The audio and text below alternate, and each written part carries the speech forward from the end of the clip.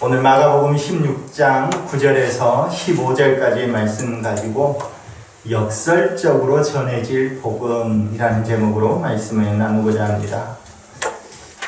먼저 역설이다라는 것을 다 아시겠지만 그래도 우리 어린애들도 있고 하니까 다시 역설이라는 것을 잠깐 이야기를 하자면, 논리적으로 모순에 빠져 있는 것 같지만 사실은 진리에 도달하기 위해서 암시적으로 표현하는 것, 이것을 역설이라고 합니다. 다시 한번 이야기를 하자면, 논리적으로는 저 말이 맞지 않다는 것이죠. 논리적으로는 모순에 빠져 있는 듯이 보입니다. 그러나 사실은 진리에 도달하기 위해서 암시적으로 표현하는 것을 역설이다, 이렇게 말을 하는 것입니다. 이제 오늘 역설적으로 전해질 복음, 이것에 대해서 우리가 함께 은혜를 나누고자 합니다. 오늘 말씀에서는 안식일이 지난 후에 부활을 최초로 목격한 그 대상을 정확하게 기록하고 있습니다. 부활 후에 최초로 부활하신 예수님을 목격한 그 대상이 누구냐면 막달라 마리아다라고 기록하고 있습니다. 막달라 마리아. 그러니까 여자입니다. 오늘 여기도 여성분들이 거의 많이 계시는데 여자입니다. 그런데 그 당시의 여자들의 입장이 어떤 입장이었냐면, 우리가 예전에 제가 말씀을 나눌 때도 세리는, 그러니까 세관에서 세금을 징수하는, 로마를 위해서 세금을 징수하는 그 세리는 어떤 장면을 목격을 했다 하더라도 그 사람이 증인으로 설 수 없습니다. 죄인이라는 것이죠. 그래서 법정의 증인으로 설 수 없는 사람이 세리였습니다. 그런데 마찬가지로 여성 또한 세리와 같이 법정에서 증인으로 설 수 없는 그런 존재가 여성이었습니다. 그 당시에, 기독교가 그랬다는 것이 아니라 그 당시에 그랬다는 것입니다. 사회적 통념 속에 세리와 같이 증인으로 설 수가 없는 것입니다. 더불어서 이 막달라 마리아의 전력, 그 이력이 잠깐 소개되고 있는데 긍정적인 이력을 말하고 있지 않습니다. 부정적인 이력이 나옵니다. 뭐냐 하면 전에 귀신 들렸던 자다라, 이렇게 말하고 있습니다. 보십시오. 어떤 사람이 어떤 장면을 목격한 증인입니다. 그런데 증인의 자격으로 법정에 설 수가 없어요. 누구한테 말을 할 수가 없습니다. 믿어주지 않아요. 여자이기 때문에 증인이 될 수 없습니다. 그런데 또 그의 이력이 귀신 들렸던 사람이라는 거예요. 저 사람이 물론 여성이지만 학식도 뛰어나고 부유한 집안에서 또 권력가의 집안에서 자란 여성이다 하면 그나마 조금 이해를 하고 싶은데, 할 수가 있는데, 설득력이 있는데, 여성이면서 그의 전력이 귀신에 들렸던 사람이라고 말하고 있습니다. 왜 예수님은 그렇다면 이와 같은 전력과 이와 같은 이미지를 가졌던 이 여자를 제일 먼저 부활의 증인으로 삼았을까 하는 것입니다. 차라리 남성에게 보였다면, 제자들 중에 한 명 베드로에게 먼저 보이셨다면, 또는 앞서 말했지만 그 집안이 굉장히 좋은 집안이거나 율법 선생의 집안이거나 또는 제사장의 집안이거나 그런 사람에게 보이셨다면 훨씬 더 설득력이 있을 텐데, 맞아, 예수님이 진짜 부활했는가 보다, 저 사람의 말을 들으니까 진짜 부활했구나, 이렇게 설득력이 훨씬 더 있을 텐데, 여자에다가 귀신 들린 여자입니다. 그런 사람에게 먼저 보이셨다는 것입니다. 여인이면서 이력이 긍정적이지 않은데도 불구하고 그를 증인으로 삼았다는 것은 역설이라고 말할 수 있는 것입니다. 그런데 놀랍게 이 마가복음 전체를 기록한 저자 마가는 그 역설적인 표현을 마가복음 전체에 기록하고 있습니다. 성경에는 역설적인 기록들이 많이 있지만 그 가운데에서도 마가복음을 기록한 이 저자 마가 요한, 이 사람은 마가복음 전체에다가 이 역설적인 표현을 적고 있고, 또 그리고 특별히 부활하신 장, 이 마가복음 16장에 그 역설적인 표현을 다 몰아놓고 있는 것입니다. 부활의 광경을 처음으로 목격했던 이 여인이 그렇다면 처음 전한 대상이 누구일까요? 어느 누구도 믿어줄 만한 이력이 없는 그 여인이 예수님이 부활했어, 내가 봤어 라고 전달했던 처음 대상이 누구냐면 제자들입니다. 예수님의 12제자들. 그런데 이 제자들은 앞으로 사도가 될 사람들이죠. 어떤 측면에서 가장 예수님의 부활에 대해서 가장 빨리 알아듣고 빨리 믿었어야 될 사람들이 이 제자들입니다. 아무리 그가 여성이라 할지라도, 아무리 그가 귀신 들렸었던 그런 전력이 있다 할지라도 제자들에게 가서 예수님이 부활했습니다 라고 말을 하면 그래 하고 빨리 알아듣고 빨리 믿었어야 될 사람들이 바로 이 제자들이라는 것입니다. 그런데 오늘 마가복음에서는 믿지 아니했다 이렇게 기록하고 있습니다. 믿지 아니했다. 제자들조차도 믿지 않은 것입니다. 전에 귀신 들렸던 그 이력을 가지고 있는 그 여인의 말을 믿을 수가 없는 것입니다. 그뿐만이 아닙니다. 예수님께서는 엠마오로 가는 두 제자 그들에게 또 나타나십니다. 엠마오로 가는 그 두 제자에게 나타나셨는데, 그래서 동행했는데 그 제자들의 그 말을 믿지를 않습니다. 두 번 믿지를 않았죠. 지금 믿지 않습니다. 여기에서 끝나는 것이 아닙니다.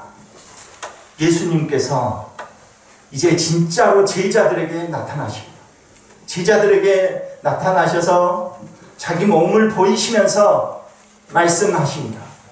너희들이 왜 믿지를 못하느냐 하고 꾸짖으십니다.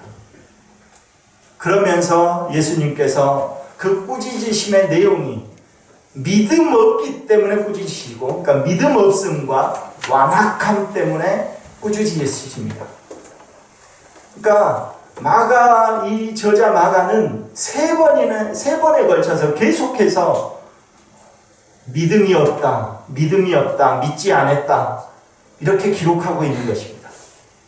성경에서 세 번을 완전수라고 합니다. 우리가 그래서 삼위일체 하나님 하면 완전하신 하나님 그런 것입니다.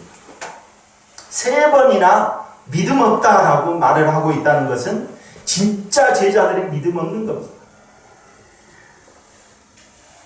일관되게 말하고 있는 내용은 믿음이 없다는 거예요. 마가 요한이 지금 제자들을 이야기하는 것은.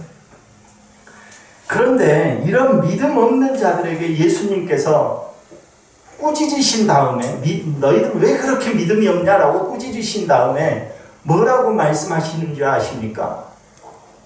15절 말씀입니다. 온 천하에 다니며 만민에게 복음을 전파하라. 아니, 믿음이 없는 자들에게 믿음이 없다고 방금까지 꾸짖으셨는데 그 믿음 없는 자에게 엄청난 사명을 주십니다. 온 천하에 다니며 복음을 전파하라는 것입니다. 아니, 믿음이 있어야 복음을 전파하는 것 아닙니까? 우리 생각에는 뭔가 믿음이 좀 준비되어져 있고 뭔가 믿음으로 인해서 큰 이력을 쌓고 큰 능력이 있어야 그래야 그런 사람에게 복음을 전파해라 이렇게 하시는 것 아닙니까?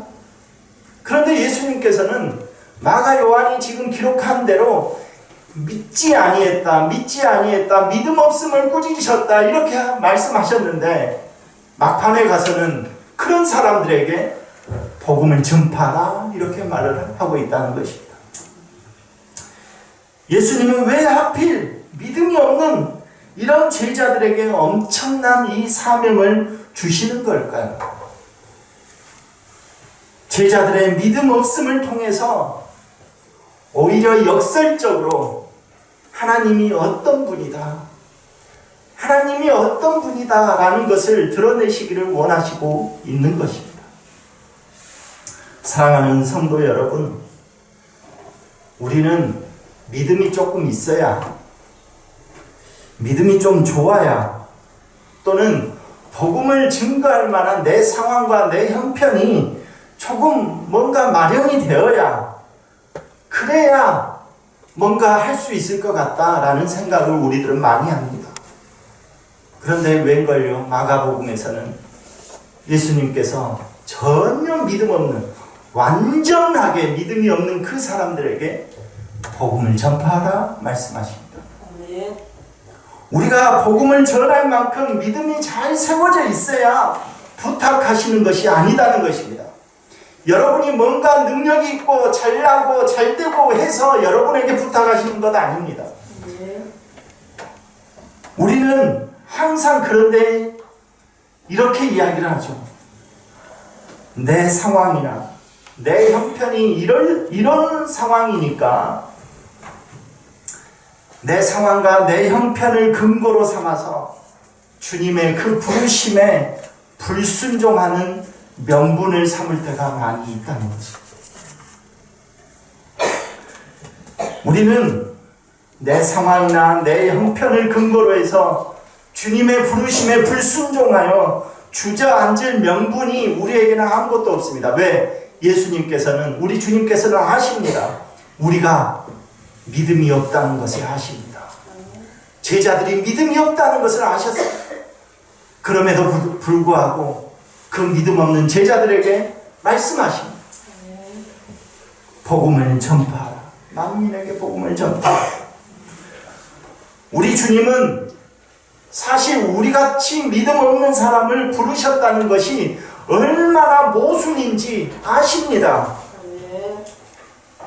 그러나 그 역설을 통해서 정말 믿음이 없어서 사람 구실하지 못할 것 같은 우리들을 통해서 하나님이 얼마나 위대한 분이신지, 하나님이 얼마나 위대한 일을 저 믿음 없는 사람을 통해서 일하시는지 보여주고 싶으시는 것입니다. 어쩌면 우리의 잘남, 우리의 능력, 우리의 명예, 권세, 우리의 부요함, 이런 것으로 우리는 하나님의 일을 하려고 할 때가 많이 있습니다. 그래도 내가 이 정도는 살아야, 좀 이 정도는 여유가 있어야 하나님 내가 복음을 전파해도 저 사람이 믿지 않겠습니까? 아니, 속된 말로 내 꼬라지가 이런데 내가 복음을 증거했다가 저 사람이 야, 네 꼬라지나 살펴라 이렇게 말을 하면 제가 어떻게 되겠습니까? 그러니 내가 좀 형편이 좋아진 다음에, 내 상황이 좀 좋아진 다음에 복음을 전파하겠습니다 라고 생각하는 것 아닙니까, 우리가? 그러나 생각해 보십시오. 우리가 언제는 형편이 좋았습니까? 여러분의 형편과 상황이 좋을 때는 언제입니까? 하나님은 여러분을 부르실 때 여러분의 상황과 그 형편을 모르시기 때문에 부르신 것이 아닙니다. 여러분이 믿음이 없다는 거 모르기 때문에 여러분을 부르신 것 아닙니다. 아멘. 여러분이 능력이 없다는 거 다 아십니다. 아멘. 그럼에도 불구하고 우리 주님께서는 우리를 통해서, 우리 하나님께서, 우리 주님께서 얼마나 위대한 분이신지를, 어떻게 일하시는지를 보여주고 싶으신 것입니다. 아멘. 그래서 우리를 부르시는 것입니다. 그래서 그 믿음 없는 제자들에게, 만민에게 복음을 전파하라고 말씀하고 있는 것입니다. 그 역설적인 부르심을 통해서 사실 이렇게 복음이 증거된 것 아닙니까? 믿음이 없는 그 제자들로 인하여서 사실 여기까지 복음이 증거된 것 아닙니까? 그러므로 우리는 하나님의 이 위대한 명령 앞에 우리는 순종할 뿐입니다. 순종밖에 없는 것입니다. 사실 주님께서 죽으셨습니다. 그런데 살아나셨습니다. 역설인 것이죠. 있을 수 없는 일입니다. 그러므로 이 부활은 역설입니다. 이 부활의 아침, 우리를 향한 그 역설적인 부르심 앞에 우리는 순종하며 나아가야 됩니다. 그때 하나님께서 우리를 통하여서 놀라운 계획과 그 역사하심을 드러내실 줄로 믿습니다. 아멘.